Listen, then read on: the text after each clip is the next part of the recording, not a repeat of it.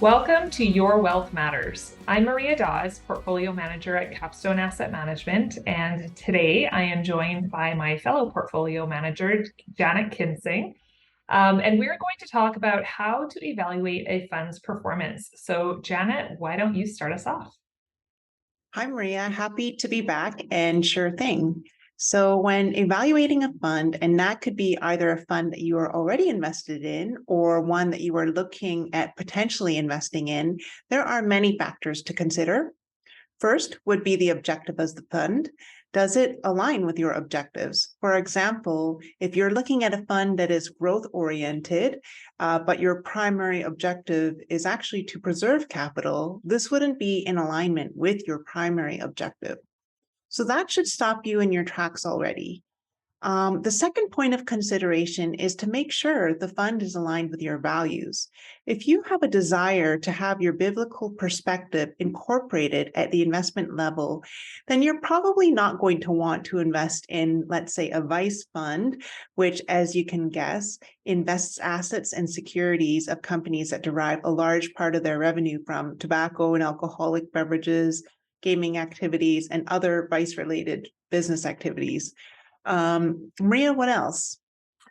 Maybe it's obvious, but you need to review the manager of the fund and their track record.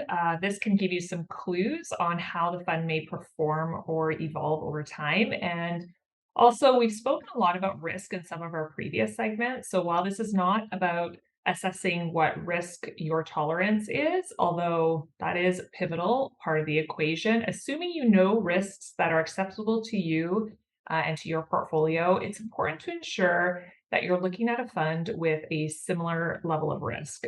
Sometimes the fund will have an overview or a fact sheet with their risk profile clearly stated as either low, medium, or high, or somewhere along that spectrum. And sometimes it'll show you the volatility as a measure of standard deviation. So the higher the standard deviation, the more ups and downs you can expect for that fund. There are other risk factors to consider as well, such as how quickly can you get your money back. This is the fund's illiquidity risk. So assessing the level of risk is important and it needs to fit in your portfolio's acceptable risk profile. Another point I'd like to touch on is the performance history of the fund because this ties into evaluating returns and risk.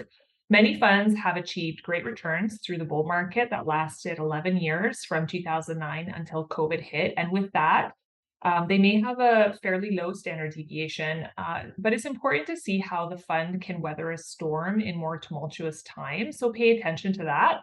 And just be aware that the fund's history, it can be helpful as you look into the future. Last and not least is the importance of reviewing every once in a while. So things can change. The manager of the fund might change. The performance history becomes longer as time goes on, and it can show you different things.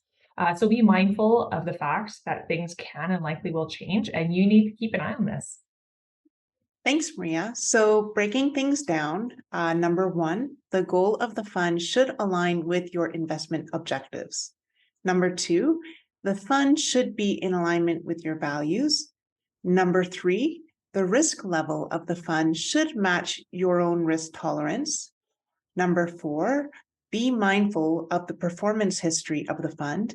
And last but not least, number five, things can change, which is why it's important to reevaluate from time to time.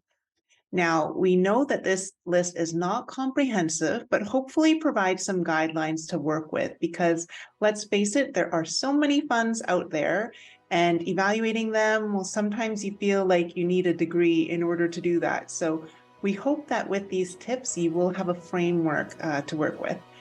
We hope you've enjoyed this edition of Your Wealth Matters, and we'll look forward to seeing you next month. Bye for now. Bye.